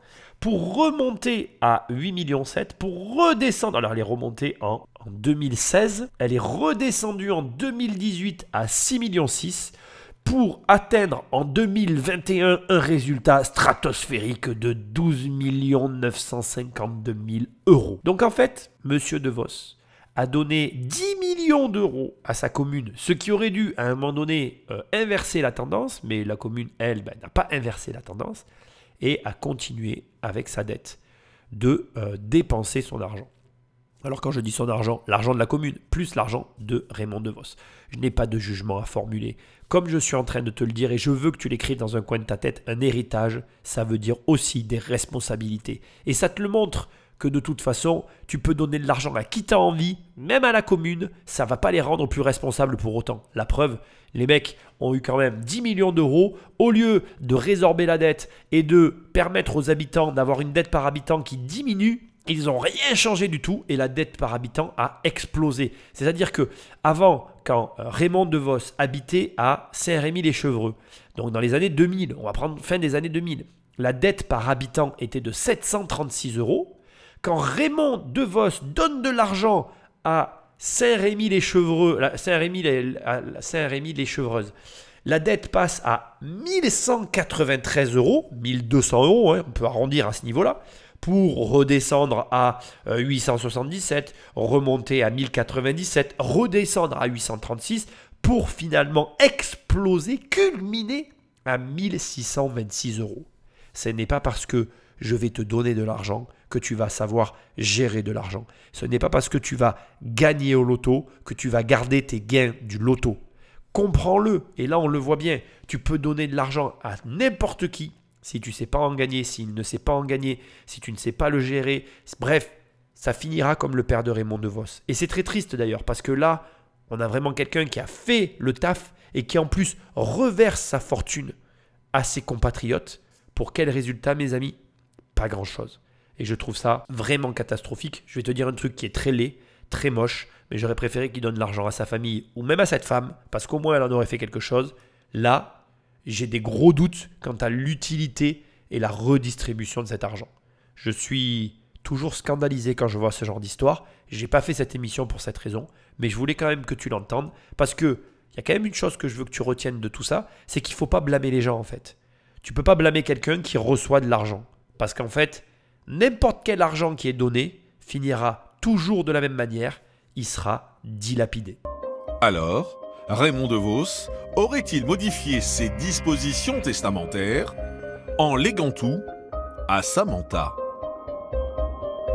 Les soupçons grandissent et le 15 décembre 2005, une plainte est déposée contre elle. Le procureur de la République, au mois de décembre 2005, est alerté par l'environnement de Raymond DeVos sur la situation de harcèlement que Samantha Lemonnier fait subir à toute la maisonnée. Le procureur de la République va saisir un juge d'instruction pour qu'une information judiciaire puisse être diligentée, que les investigations soient menées par la brigade de gendarmerie locale sous l'autorité du juge d'instruction. Le 15 décembre 2005, à Versailles, une plainte est donc déposée par la famille de Raymond DeVos pour harcèlement à l'encontre de Samantha Lemonnier. Il soupçonne cette femme de 55 ans d'avoir profité de la vulnérabilité de l'artiste et de l'avoir empoisonnée pour tenter de s'emparer de son héritage de 15 millions €. L'enquête est donc ouverte. Cette femme doit donc répondre aux questions des enquêteurs. J'ai eu littéralement une enquête stalinienne me concernant. Stalinienne! On m'a pas foutu des baffes à la gendarmerie, parce que bon, c'est plus d'époque. Mais s'ils avaient pu le faire, ils l'auraient fait. À sa première garde à vue, surprise, cette femme n'est pas ce qu'elle prétend être. On découvre très vite qu'elle a menti sur son identité. En effet, Samantha Lemonnier s'appelle en réalité Marie-Christine. Les enquêteurs tentent d'en savoir plus sur cette femme mystérieuse. On découvre que cette femme est née en 1950, d'une enfant de l'assistance publique. On va découvrir que cette personne a déjà frayé un petit peu avec le music hall, puisqu'elle a déjà eu un enfant quand elle avait 20 ans. Un enfant dont le père n'est autre que le gardien de la maison de Charles Trenet. Et puis qu'ensuite, c'est là où ils vont découvrir qu'elle a été, dans les années 90, mariée, et que son mari, qui avait une trentaine d'années de plus qu'elle, est soudainement décédé, laissant tous ses biens à son fils, le fils de Marie-Christine. Marie-Christine, alias Samantha, aurait également été soupçonnée de plusieurs escroqueries sur un de ses amants dans les années 80. Un passé sulfureux qui va intéresser la presse. Ce serait la veuve noire qui se débarrasserait de l'environnement proche de l'artiste et qui tenterait de mettre la main, un, sur sa vie, deux, sur son patrimoine. C'est en tout cas ce qui a été évoqué à l'époque. Ben, je me dis que c'est pas possible que le monde soit aussi cruel et aussi bête, aussi cynique. Voilà. Mais moi, toute seule, même avec mes avocats, je pouvais quand même pas faire grand-chose. Ce qui avait été dit avait été dit. Mais bien sûr, ça m'a fait quelque chose, mais je voulais pas le montrer. Pensez donc, ça serait donné à cœur joie. Puis je lui dis, moi, je pensais que ça allait s'étouffer. C'était tellement bête et tellement bas que je pensais que ça allait s'étouffer. Mais ça a pris une autre tournure. Depuis 3 mois, il lui est interdit de rendre visite à Raymond DeVos, qui se trouve à l'hôpital. Cette femme ne va pas se laisser faire. Elle va porter plainte contre les proches de Raymond DeVos qui lui interdisent l'accès à l'humoriste et elle va demander en 2006 à ce que cette sanction soit levée devant la justice. Et elle va produire une lettre qu'elle dit, écrite par Raymond DeVos. Il appelait presque au secours, qu'il voulait quitter l'hôpital, qui n'avait plus à y rester, oui, qui avait quand même encore de la lucidité, qui voulait rentrer chez lui, c'est tout ce qu'il demandait. Il avait peur de mourir à l'hôpital. Voilà la lettre. Désolé pour ce long passage, je voulais que tu aies vraiment l'ensemble des détails de l'affaire, enfin autour de cette dame, n'est-ce pas? On va la nommer ainsi. Mon but, je vais essayer, alors là à partir de là, je vais pas mal couper. On va pas rentrer dans le débat du combat entre ce qui est vrai, ce qui est faux. D'ailleurs, je me permets de te le préciser dès maintenant pour te lever un petit peu le voile sur finalement la situation. On se rend compte finalement qu'elle est absolument pas intéressée par l'argent. Au terme de cette affaire, on va se rendre compte qu'il n'y a aucun enjeu financier. Je pense que je te mettrai quand même le passage parce que je vais parler d'un autre sujet vis-à-vis justement de l'argent. Et ici, si j'ai laissé ce long passage, c'est pour te parler de 2 points qui, à mon sens, ont réellement une importance capitale. Je vais commencer par le premier, qui me paraît évident et qui est, en tout cas moi, à l'écoute et à la découverte de toute cette affaire, ça a été la première chose qui m'a sauté au visage. C'est vraiment le côté... on ne connaît pas les gens en fait. Donc déjà, c'est pour moi, ce que je suis en train de te dire là est une certitude, c'est-à-dire que tu peux prendre qui tu veux dans ton entourage, dans ta vie, on ne connaît pas les gens. Tu ne sais pas, tu ne connais pas une personne, même ton conjoint ou ta conjointe avec qui tu vis depuis des années, mais en définitive, on ne se connaît pas vraiment. Et je vais même encore aller plus loin que ça. Je pense qu'on ne se connaît pas non plus complètement nous-mêmes. Parce que par exemple, là je vais te prendre, prendre un exemple un petit peu tiré par les cheveux, j'en ai conscience, mais c'est le but pour te faire passer un message. On va imaginer que tu as eu un traumatisme dans ton enfance, et puis un jour il se passe un événement, et cet événement t'évoque ou te rappelle, ou bref, te reconnecte à ce traumatisme, tu réagis d'une manière surprenante pour ton entourage, même pour toi-même, mais tu réagis par rapport à ce traumatisme, et ça te montre que finalement, même nous, des fois, on sous-estime ou on surestime, alors on surestime notre capacité à accepter certaines choses, ou alors on sous-estime notre capacité à tolérer certaines choses, enfin bref, je veux dire, on ne se connaît pas, et on ne connaît pas vraiment les gens qui nous entourent. Donc, tu dois toujours... non pas te méfier, mais garder à l'esprit qu'il peut se passer des choses et que ces choses peuvent provoquer des réactions et que ces réactions, tu ne peux jamais les anticiper, jamais les voir venir. Il n'y a aucun moyen, aucune manière finalement d'être certain que quelqu'un que l'on croit connaître sera tout le temps tel qu'on croit qu'il sera. D'abord parce que, et c'est rassurant aussi, je suis obligé de te le dire, je pense que c'est bien que les gens évoluent et que toi-même tu évolues, ça signifie qu'il y a une évolution. Et ensuite, ça c'est aussi mon opinion personnelle, comme je viens de te le dire, on vit, il se passe des choses dans nos vies, ces choses elles ont un impact, et ça on ne peut pas l'éluder, l'éliminer, ne pas le considérer, et c'est tant mieux, et du coup on réagit. Et donc forcément, d'une manière ou d'une autre, il va y avoir des conséquences qui peuvent paraître parfois inattendu, inexplicable, inacceptable aussi, parce que c'est vrai que des fois on peut être choqué. Et là, par exemple, je vais dévier légèrement aussi du sujet, mais je veux que tu l'entendes. Ça va me faire une parfaite transition pour la suite. Donc là, on peut être choqué, on peut, dans un premier abord, penser qu'elle est là pour l'argent, pour les 15 millions, et c'est tout à fait audible. Et ça va être le dernier point que je veux aborder, le fait qu'il y ait des gens qui viennent te voir quand tu as de l'argent, et entre nous, je te le dis comme je le pense, c'est tout à fait normal, mais ça, on va en parler. Par contre, ce que je voudrais préciser en transition. Moi, je suis né dans les années 80 et j'ai vécu mon enfance dans les années 90. Et dans les années 90, j'ai vécu avec des gens de la génération d'avant. Mes grands-parents m'ont élevé partiellement. Ils fréquentaient des gens de leur âge. Et donc, si tu veux, en fréquentant mes grands-parents, j'ai fréquenté beaucoup de gens de la génération d'avant. Et ça va peut-être te choquer parce que ça se voit beaucoup moins aujourd'hui. Et c'est vrai, je veux aussi le préciser d'ailleurs. On est rentré dans une société beaucoup plus individualiste. Donc, ce phénomène, mais encore que, je pense que ça existe encore. Je pense simplement que nous n'y sommes pas confrontés, beaucoup moins confrontés. Il faut fréquenter des gens de cet âge-là.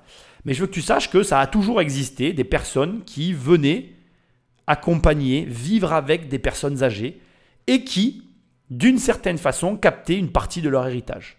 Je vais même te dire que j'ai eu dans mon entourage proche quelqu'un qui a fait ça toute sa vie, qui se rapprochaient de personnes âgées et qui captaient leur héritage et qui choisissaient des personnes esselées, sans descendance, sans entourage proche. Alors là, il se trouve que Raymond DeVos avait ses frères et sœurs, grosse fratrie.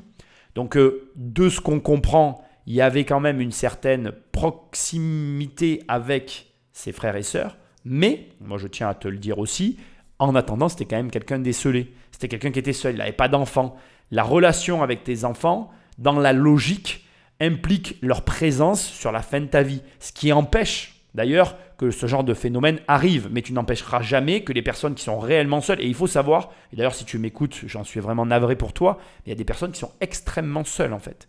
Et je vais te dire quelque chose que je pense qui va peut-être te choquer, mais je ne trouve pas ça mauvais non plus dans un sens.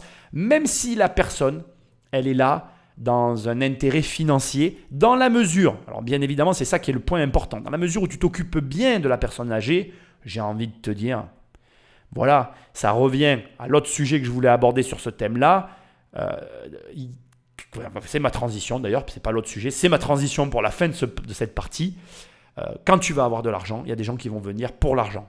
Et c'est ok en fait, il faut que tu l'acceptes. Pourquoi ? D'abord parce que tout le monde ne sait pas gagner de l'argent. Tout le monde ne comprend pas les mécanismes de l'argent. Voilà.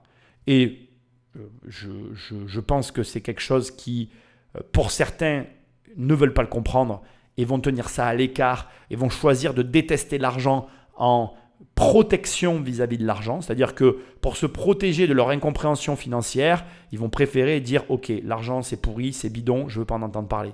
Et l'affaire, elle est réglée pour eux en fait. Ils détestent ça, ils détestent les riches. Pour eux, les gens qui gagnent beaucoup d'argent sont des gens exécrables, alors que ça n'a rien à voir, quoi. Je veux dire, voilà, l'argent, c'est une chose comme une autre. C'est comme si tu me disais j'aime boire et j'aime pas fumer, ou j'aime fumer et j'aime pas boire d'alcool. Tu vois, bon, généralement, c'est un mauvais exemple parce que l'alcool va avec la cigarette, mais tu comprends ce que je veux dire. Tu peux très bien aimer, qu'est-ce que je pourrais te dire ? Tu peux très bien aimer la blanquette de veau et détester le foie de veau. Voilà, tu vois, c'est possible d'aimer certaines parties enfin, certains plats et d'en détester d'autres. Et c'est tout à fait acceptable pour les gens.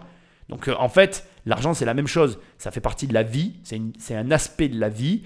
Tu l'aimes, tu l'aimes pas, c'est ton problème. Mais l'argent ne change pas les gens. L'argent n'a rien à voir avec les personnes. Ceux qui font l'amalgame sont ceux qui ne comprennent rien à l'argent. D'ailleurs, je pourrais te donner plein d'images sur le sujet qui te prouvent que c'est réel. Ne serait-ce que tu donnes 100 € à deux personnes et quand tu reviens un mois après, chacun n'a pas fait la même chose avec les 100 €. Donc, en définitive, ce qu'il faut comprendre, c'est que quand tu as de l'argent, tu vas attirer les gens qui ne comprennent rien à l'argent. Et ça va aller plus loin que ça. Tu vas attirer des gens extérieurs à ton cercle familial, mais tu vas aussi impacter ton cercle familial qui vont avoir une opinion de toi vis-à-vis de l'argent que tu as.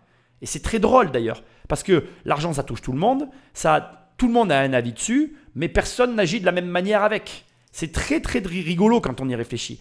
Vraiment, je t'assure, si tu gagnes de l'argent, la meilleure manière que tu vas avoir d'aborder ce thème-là, c'est de l'accepter. Tu dois accepter qu'il y a des gens qui ne gagnent pas d'argent, qui ne savent pas gagner d'argent, qui ne veulent pas savoir comment gagner de l'argent, et c'est la réalité, ils ne veulent pas savoir. Et du coup, ils vont être attirés par toi pour cette raison-là. Et pour moi, en tout cas, c'est ok, je le comprends. Après, il faut bien faire la part des choses, être vigilant, et toujours garder en tête, et ça fait référence au début de tout ce que je viens de t'expliquer, qu'on ne connaît jamais vraiment les gens. Et que même si tu décèles l'intention derrière la personne, d'abord, ça ne doit rien changer avec lui. Moi, je pense que dans mon entourage, il y a des gens qui ont une certaine forme d'intérêt vis-à-vis de mes activités, de ce que je suis et de ce que je fais. Et c'est ok pour moi. Et ça ne change rien pour moi. Par contre, ça a un impact sur certains aspects de ma relation avec eux parce que je suis vigilant. Je sais que, donc, je suis vigilant. Et à l'inverse, avec d'autres personnes pour lesquelles il n'y a pas ce problème, il n'y a pas de vigilance. Ce qui n'est pas non plus forcément intelligent en soi parce que, comme je te l'ai dit tout à l'heure, on ne connaît jamais vraiment les gens. Mais tu comprends ce que je veux dire ? Il n'y a pas les mêmes points de vigilance. Voilà. Et pour moi, c'est ok qu'il y ait des gens qui soient là par intérêt. De toute façon, après, on pourrait en parler pendant des heures. Tu ne vas pas être d'accord avec la fin et c'est probable. Mais écoute bien ce que je vais te dire, c'est une réalité. L'être humain est gouverné par ses intérêts. D'une manière générale, on est gouverné par nos intérêts. C'est très rare que tu aies affaire à des gens désintéressés totalement. Et d'ailleurs, ça m'amuse beaucoup parce que le désintérêt total vient quand les personnes sont généralement épanouies et que globalement dans leur vie, en général, elles arrivent à avoir ce qu'elles veulent ou elles font globalement ce qu'elles veulent. Parce que tu peux ne pas avoir ce que tu veux, mais tu peux arriver à faire ce que tu veux sans avoir tout ce que tu veux. J'espère que c'est clair ce que je t'explique. Je vais te le dire autrement, tu vas comprendre. Il y a des gens qui ne gagnent pas forcément d'argent, mais qui malgré tout arrivent à faire tout ce qu'ils veulent. Et c'est une réalité. Moi, tu vois, je ne pense pas être quelqu'un qui a un gros train de vie, qui a de grosses dépenses quotidiennes. Vraiment, je t'assure, je suis quelqu'un de très modéré. J'arrive à faire globalement tout ce que je veux et je suis très heureux comme ça. Et ça me va extrêmement bien. Ça ne veut pas dire que je ne suis pas gouverné par mes intérêts. Je continue à être drivé par mes intérêts, mais je le sais en fait. Et c'est OK pour moi. Et tu dois entendre qu'il y a la plupart des êtres humains sont drivés par leurs intérêts. Alors je sais ce que tu vas me dire en hérissant le poil. Oui, mais mes amis d'enfance, ce n'est pas l'intérêt qui nous tient. Mais bien sûr, il faut faire la part des choses. Quand tu as créé une relation avec quelqu'un que tu connais depuis 10 ans, 15 ans, après il y a un moment donné, heureusement, l'intérêt s'éteint et c'est ce qui est beau dans la vie. C'est qu'il y a des gens avec lesquels on crée des liens qui sont différents de, tu vois ce que je veux dire, de tous ces trucs-là. Mais quand même, garde en tête que très souvent, l'intérêt reste le moteur central des humains. Et ce n'est pas grave en soi en fait. C'est même naturel. C'est juste que quand tu ne connais pas les gens et que tu gagnes de l'argent, il faut être vigilant. Quand tu ne connais pas les gens, que tu gagnes de l'argent et que tu veux créer des relations avec eux, ce qui est aussi tout à fait humain et normal, il faut rester vigilant, etc., etc. Et comme on le voit là, Raymond DeVos, il a 15 millions d'euros. Ce n'est pas une paille. Il n'y a pas beaucoup de gens dans leur vie qui amassent une fortune de 15 millions d'euros. Donc, à partir de là, l'intérêt va être plus fort parce que la récompense, le prix, les 15 millions, génère une réaction qui est naturelle. Et comme je te l'ai dit tout à l'heure, je le pense, une personne seule pour qui tu vas amener de la compagnie, tu vas apporter du soutien, de la présence, de l'amour, ça a une valeur. Cette valeur, elle dépasse les frontières de l'argent. Le problème que les gens ont avec l'argent, c'est qu'ils le mélangent avec tout. Et c'est eux qui le font. Donc, qu'est-ce que tu veux que j'y fasse? Rien. À partir de là, voilà. Comprends que l'argent est une chose, comme l'amour en est une autre, comme manger en est une autre, comme respirer en est une autre, etc. etc. Et n'appartient qu'à toi de considérer que l'argent empiète sur l'amour ou pas. Après, comme je viens de te le dire, les êtres humains sont gouvernés par les intérêts. Oui, j'ai un large sourire et oui, je pense que le message est passé. Cette usurpation du titre de médecin éveille les soupçons du juge d'instruction. Et si cette femme s'était servie de son faux titre de médecin pour empoisonner Raymond DeVos? En parallèle, l'expertise psychiatrique de Samantha établit qu'elle présente un trouble de la personnalité et une tendance mythomane. Ce sont ces femmes qui sont dans la théâtralisation parce que elles dramatisent les situations, elles sont avides d'attention, d'affection, en permanence dans cette faille narcissique à la recherche de l'amour. Alors Samantha, elle s'invente une vie. Elle s'invente une vie parce que sa vie, au fond, lui paraît peut-être un peu banale. Quand elle est dans ses rêves, c'est plus joyeux, plus excitant. En se faisant appeler Madame DeVos, elle existe enfin. Elle qui, jusqu'à présent, était sans importance. Elle qui a recherché la notoriété, la célébrité, en fait, en étant Madame de, elle s'approprie la connaissance, la notoriété, finalement, comme si c'était elle qui possédait les talents de Raymond DeVos. On va découvrir qu'en fait, elle n'a pas jeté son dévolu sur Raymond DeVos par hasard.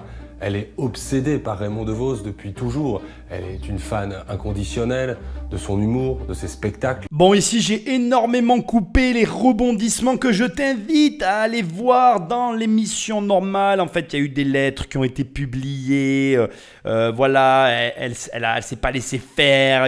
Enfin bref, je vais pas rentrer dans le truc, ça ne m'intéresse pas. Ici, dans ce passage, j'ai vraiment une opportunité de te montrer un mécanisme qui est très propre à l'humain, je pense, et qui prouve aussi que finalement, l'argent n'est pas ce que les gens pensent. Ça me fait beaucoup rigoler. Tu ne seras sûrement pas d'accord avec ce que je vais te dire, mais il faut que tu comprennes que l'argent n'est pas le pouvoir et que le pouvoir n'est pas l'argent, que tu peux avoir du pouvoir sans avoir d'argent et que tu peux avoir de l'argent sans avoir de pouvoir.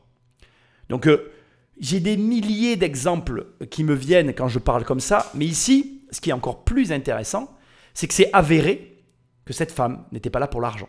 Ça paraît dingue, hein, mais qu'en fait, elle était là pour exister.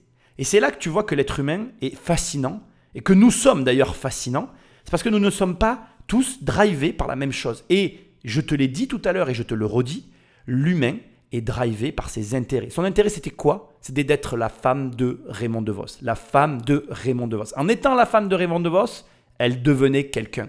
Et d'ailleurs, regarde, si elle n'avait pas fait tout ça, est-ce que j'aurais fait un podcast sur elle? Est-ce qu'elle serait passée dans les magazines? Est-ce que seulement son nom aurait existé? C'est très intéressant de voir que nous ne cherchons pas tous la même chose. Et c'est d'ailleurs, ça nous ramène à une incompréhension collective face à des suicides de stars. Moi, ce qui me fascine toujours quand j'entends des gens qui parlent d'autres gens connus qui se sont suicidés, c'est leur incompréhension. Oui, mais je ne comprends pas, il avait tout. Ou alors, ah oui, je comprends, il lui manquait l'amour. L'amour, c'est l'essentiel, l'argent ne fait pas tout. En fait, ça n'a rien à voir avec tout ça. C'est juste qu'en fait, au fond de nous, on a un intérêt qui peut être appelé aussi une volonté, quelque chose qui nous fait vibrer. Et cette chose, en fait, tu peux très bien demain, par exemple, devenir Raymond DeVos, c'est-à-dire devenir une star. En fait, tu crois que tu rêves d'être une star. Mais en vrai, quand tu vas l'être, tu vas te rendre compte que, encore une fois, ou comme toujours, tu n'es pas rassasié. Ça n'est pas ça que tu voulais. Ça n'est pas ça que tu cherchais. Combien il y a d'histoires, et ce que je vais te dire est peut-être ton histoire d'ailleurs, de gens qui désirent ardemment quelque chose, qui deviennent cette chose, et qui à l'arrivée sont simplement déçus. Et je ne parle pas ici de devenir acteur, hein, parce que moi je connais des histoires similaires dans plein de choses. Je connais des gens qui sont devenus avocats et la première année ou même les premiers mois après être vraiment avocat, te disent j'arrête parce que c'est absolument pas ce que j'imaginais. J'ai dans mon adolescence, connu quelqu'un qui a fait 6 ou 7 ans d'études. Il lui restait 1 an pour valider l'ensemble de son cursus. D'ailleurs, il faisait des études d'ingénieur. Si je ne dis pas de bêtises, vous me reprenez parce que je ne suis vraiment pas fort sur les études. Donc là, je dis peut-être une connerie. Bref, il faisait des études où, tu sais, le cursus complet qu'il avait fait se validait la dernière année, en fait. C'est-à-dire que tu fais année après année et la 6e ou 7e année, tu valides l'ensemble de tout ce que tu avais fait. En plus, très bon à l'école et tout. Il avait fait ça parce que sa mère lui avait demandé de le faire. 1 an avant la validation de la totalité, il abandonne. Il dit j'arrête, c'est absolument pas ça que je veux faire. Même moi, je lui avais dit, je m'en rappelle, j'avais dit mais attends, mais va au bout. Au moins valide toutes tes années d'études et après change complètement de vie. Tu n'auras pas fait tout ça pour rien. Et en fait, il détestait tellement ce qu'il était en train de faire que plus l'échéance elle approchait, plus il se sentait mal, plus il a été obligé d'arrêter. Ça montre que on est drivé par nos intérêts, par notre volonté. Mais ces intérêts, cette volonté, elle ressent aussi le besoin de trouver un écho et un accomplissement dans ce qu'on fait, sous peine qu'on soit malheureux toute notre vie. Et je suis désolé de te le dire, l'argent ne contentera jamais cet aspect de ta vie en fait. Et c'est d'ailleurs, ça me fait mourir de rire, c'est d'ailleurs le fond du problème. C'est que les gens veulent gagner beaucoup d'argent, puis ils font des choses en se rendant compte que ce qu'ils font, ils n'aiment pas ça en fait. Et ce qui est encore plus ironique et plus drôle, je trouve, et que la plupart des gens ne comprennent pas, c'est qu'en fait, notre vie, elle est faite de contraintes. La tienne, la mienne, la vie de tout le monde, elle est pleine de contraintes. Ces contraintes, elles s'appliquent sur chacun d'entre nous. Et ces contraintes nous obligent, tout un chacun, à faire des choses. Et les gens, la plupart, s'interdisent, ou plutôt, par rapport à ces contraintes, ont une excuse toute trouvée pour dire « Ah ben regarde, parce que il m'est arrivé ceci, je n'ai pas pu faire cela. » Alors que les gens qui sont heureux, ils font avec ce qu'ils ont. Et c'est, voilà, le message que j'essaie de te faire passer, c'est que ta vie, elle t'oriente dans un sens, et toi, tu voudrais aller dans un autre sens. Et du coup, tu es malheureux parce que ça ne va pas dans le sens dans lequel tu voudrais. Sauf que, à mon sens, c'est que mon humble conseil que je te donne ici. Le secret du bonheur, c'est de suivre le sens que la vie te donne et de mettre à l'intérieur ce que tu voudrais qu'il y ait en fait. Il n'y a pas de limite. En fait, les gens se limitent eux-mêmes. Je veux dire, c'est pas parce que tu n'as pas le métier de tes rêves que tu ne peux pas mettre dans le métier que tu fais les rêves que tu avais. Moi, au départ, j'ai toujours voulu écrire des livres et je suis dans l'immobilier. J'écris des livres sur l'immobilier. C'est tout. Point à la ligne. Je veux dire, il n'y a rien qui t'empêche de faire ça. Tu peux tout faire. Mais tout. Il n'y a aucune limite. Enfin, si, pardon. Il y a une limite. C'est toi. C'est nous-mêmes, en fait, la limite. C'est nous-mêmes qui nous disons « Ah ben non, ça, je ne peux pas le faire. » Et tu vois, cette femme, en fait, ça, pour moi, mon analyse personnelle, si j'étais psychologue, mais je ne le suis pas bien sûr, donc ce que je vais te dire n'est pas une analyse psychologique, c'est juste ma manière de voir les choses par rapport à tout ça. Cette femme qui n'a jamais osé, finalement, aller au bout de ses rêves, parce qu'à mon avis, elle voulait la lumière, elle voulait être connue, eh bien, elle s'est dit, puisque je ne peux pas être connue, je vais être avec quelqu'un de connu. Et d'une certaine manière, pour une période donnée, elle a eu une certaine notoriété. Bon, une notoriété dégueulasse, hein, on est d'accord, c'est peut-être pas la notoriété dont tout le monde rêve. Mais tu comprends ce que je veux dire? En tout cas, elle a choisi cette voie-là. Après, on est d'accord, on n'est pas d'accord. Moi, je ne suis pas trop d'accord, mais tu comprends ce que je veux dire. J'ai presque envie de te dire, bon, voilà, c'est le choix de chacun. Il faut essayer de juger personne. Mais toujours est-il que, voilà, tu n'as pas de limite. Tu peux faire tout ce que tu veux. Et l'être humain est très intéressant parce que, tu vois, ici, elle n'est pas drivée par l'argent. Elle est drivée par la notoriété. Et ça, c'est aujourd'hui, dans la société dans laquelle on vit, le fait d'être connu, le fait d'être célèbre, c'est décorrélé de l'argent. Et ça veut dire que tu peux aussi avoir du pouvoir et ne pas avoir d'argent. Il y a beaucoup d'hommes de pouvoir qui n'ont pas d'argent. Et ça, c'est aussi une incompréhension que les gens ont vis-à-vis des hommes politiques. Bien évidemment que l'homme politique, par rapport au commun des mortels, donc je prends un homme politique français, tu le mets par rapport à le salaire médian français. L'homme politique gagne bien sa vie. Mais le politique, il fréquente qui à ton avis? Il fréquente les grosses fortunes françaises. Il deal, il a des discussions avec les gens qui gagnent le plus d'argent de ce pays. Est-ce que tu crois qu'un homme politique qui gagne 15 000 € par mois, quand il est assis devant un patron d'industrie, son salaire, il a quelque chose de commun ou d'égal avec le patron d'industrie? Ben, la réponse est non en fait. Le politique se sent pauvre vis-à-vis du patron. Et en fait, le problème, c'est que les êtres humains ont fait quoi? Nous, en tant que provinciaux, je vais m'inclure dans les provinciaux, en fonction de ton salaire. Alors moi, dans mon cadre, par rapport à un homme politique, il n'y a aucun homme politique, y compris le président, dont j'ai envie d'échanger ma place et mes revenus vis-à-vis des leurs et de leurs responsabilités. Franchement, pas de problème pour moi. Après, c'est toujours pareil, c'est une question de tes revenus, etc. Mais bref, ce que j'essaie de te dire, c'est que l'homme politique devant le patron d'industrie, eh bien, comment te dire? Il ne se sent pas riche. C'est pas bien ce que je dis, parce qu'il gagne beaucoup plus d'argent que la plupart des gens, je suis d'accord. Mais en fait, lui, il regarde au-dessus de lui. Et toi, tu regardes au-dessus de toi. Et comme il y a toujours quelqu'un au-dessus de toi, ce jeu-là n'a pas de fin, en fait. C'est pour ça qu'il faut apprendre à trouver le bonheur dans sa vie au quotidien. Et en fait, le bonheur, tu l'as déjà. Le bonheur, la joie, ce que les gens recherchent comme étant le bonheur, tu l'as déjà. C'est à toi de te réveiller le matin et de te dire « je suis heureux ». Et quand on va recentrer maintenant tout ça par rapport à Raymond DeVos, je pense que ce mec a été heureux, mais je pense qu'il n'a pas une fin de vie heureuse. Parce que l'argent n'achète pas la compagnie. L'argent attire des compagnes intéressées, surtout à la fin de ta vie. Alors que à la fin de ta vie, tu as besoin d'être avec quelqu'un et d'avoir une famille qui t'entoure. Mais après, il y a des gens qui ne veulent pas avoir ça. Et c'est là que ça devient complexe et intéressant pour l'être humain en général. Il y a des êtres humains qui sont bien seuls, il y a des êtres humains qui ont besoin d'être avec les gens qu'ils aiment, on est tous différents, il faut accepter les positions de chacun et comprendre que finalement, ben encore une fois, je te le redis, l'argent n'est pas la réponse à tout ça. Et on le voit bien ici. Certains médias ont évoqué l'existence d'un testament qui aurait été rédigé par Raymond DeVos, alors que Samantha Lemonnier se trouvait présente à son chevet. Pourtant, ce testament n'a jamais été présenté dans le cadre de l'instruction judiciaire ou même auprès d'un notaire. L'intention de Samantha Lemonnier, en tout cas le mobile de son action, n'a jamais été qualifiée d'intéressé, de recherche, de captation du patrimoine de Raymond DeVos. Je ne sais pas gérer. Même moi, je me gère difficilement.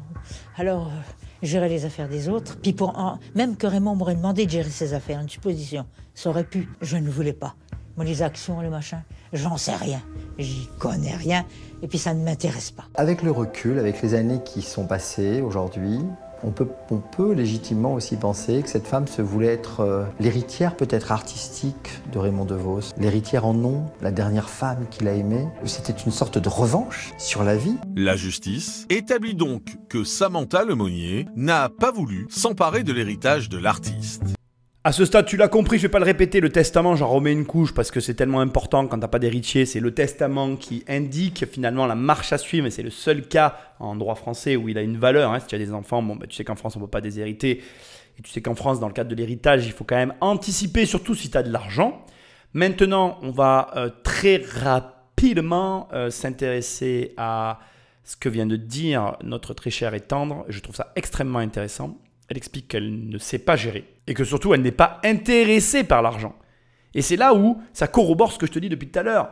C'est-à-dire que si tu ne t'intéresses pas à l'argent, il ne faut pas te surprendre de ne pas en avoir. Et si tu t'y intéresses, logiquement, tu finiras par en gagner. Donc si tu veux, l'idée c'est quoi? C'est de bien comprendre ici qu'on est face à quelqu'un qui ne peut pas être attiré par l'argent comme elle est attirée par la lumière pour la simple et bonne raison qu'elle n'en comprend pas les conséquences. Elle ne comprend pas et puis elle ne voit pas dans ce qu'elle fait finalement l'intérêt que l'argent pourrait représenter. Et c'est toujours pareil. Tu vas donner, encore une fois je l'ai dit tout à l'heure mais je me répète, 2 sommes d'argent à 2 personnes différentes et les 2 vont l'utiliser de manière totalement différente pour un résultat complètement différent. Et c'est marrant parce que avec de l'argent, elle aurait pu acheter sa célébrité. Et ça, elle n'a pas l'air de le comprendre. Mais c'est pas grave. Ce que j'essaye de te montrer, c'est qu'on n'est pas attiré par les mêmes choses. Et que ici, on a quelqu'un qui, en ne sachant pas gérer, ne pouvait pas être attiré par l'argent. Ce qui m'est intéressant du coup pour toi, ça veut dire quoi? Ça veut dire que si tu veux avoir de l'argent, il faut que tu t'intéresses à l'argent et que tu saches à minima le gérer. Alors à ce stade, on arrive à la fin de l'émission. Je ne veux pas que ça dure maintenant des heures. Simplement, juste pour te résumer, mais encore une fois, va la voir si tout ça t'intéresse. Raymond DeVos meurt en plein dans ces aléas, je dirais, entre la famille et cette femme, un matin. Et elle est d'ailleurs prévenue par les infirmières. À la suite de quoi, il y aura un procès où la famille se constituera partie civile contre cette femme pour empoisonnement. Finalement, il n'y a aucune preuve de rien. C'est la parole des uns contre la parole des autres. La seule preuve et la seule, je dirais, le seul élément dans tout ce truc qui a été réellement concret sur lequel tout a été basé, c'est le fait qu'elle a usurpé l'identité d'un médecin. Enfin, elle s'est prétendue médecin alors qu'elle ne l'était pas. Et donc, du coup, elle a écopé d'une amende de 3 000 € à chacun des héritiers. Et ça s'est arrêté là, quoi. En fait, après ça, elle a été totalement blanchie. Elle est partie vivre dans le sud de la France, sur la Côte d'Azur, d'où elle écrit maintenant des scènes de théâtre. Et elle se dit écrivain en scène de théâtre. Voilà, enfin, un truc comme ça. L'histoire se termine de cette manière-là. Et Raymond DeVos, lui, conformément finalement à sa volonté, a légué 300 000 € à chacun des membres de sa famille et 10 millions d'euros à la commune dans laquelle il a vécu et dont tu connais mon opinion sur finalement ce don financier qu'il a pu faire. On arrive à la fin de l'émission et peut-être que tu te dis, ok, quel est le point final de cette émission? Qu'est-ce que j'ai à retenir de cette émission?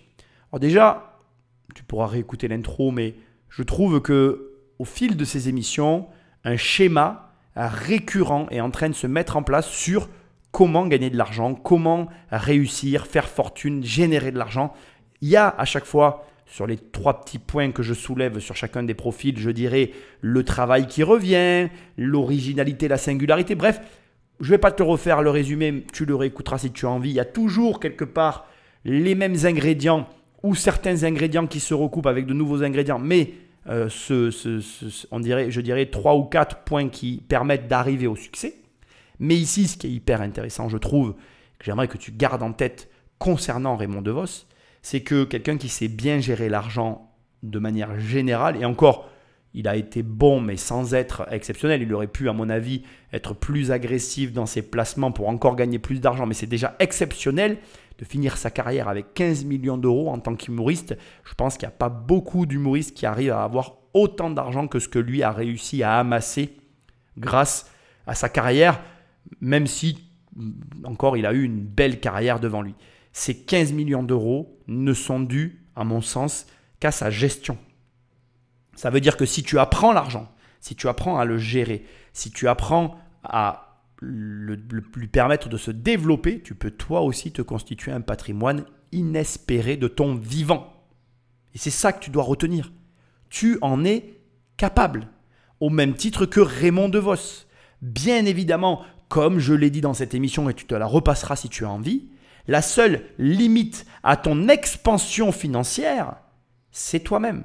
C'est toi qui t'imposes des limites, c'est toi qui t'empêches de faire certaines choses pour atteindre un certain résultat.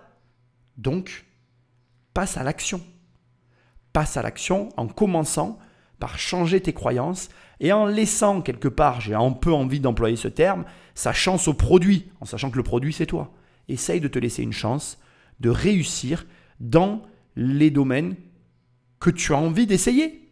Ne serait-ce que ça, parce que je pense que tu en es capable. On arrive à la fin de ce podcast. Comme d'habitude, tu peux aller sur immobiliercompagnie.com dans l'onglet formation pour prendre une de mes formations, dans l'onglet livres pour commander mes livres ou dans l'onglet coaching si tu veux qu'on travaille sur n'importe lequel de tes projets. Sinon, laisse-moi des étoiles et un commentaire là où tu m'écoutes parce que c'est ce qui m'aide encore le mieux. Ou alors tu prends le téléphone d'un ami et tu l'abonnes sauvagement à l'émission. Rappelle-toi que ces émissions ne sont que complémentaires avec les émissions réelles. Puisque là, celle-là, elle a été vraiment énormément coupée. J'aurais pu la faire durer encore plus longtemps. Ça n'avait pas d'intérêt pour moi. Donc, va voir l'héritage sur Raymond DeVos. Si ça t'intéresse, c'est quand même relativement intéressant. Et moi, je te dis à très bientôt dans une prochaine émission. Salut!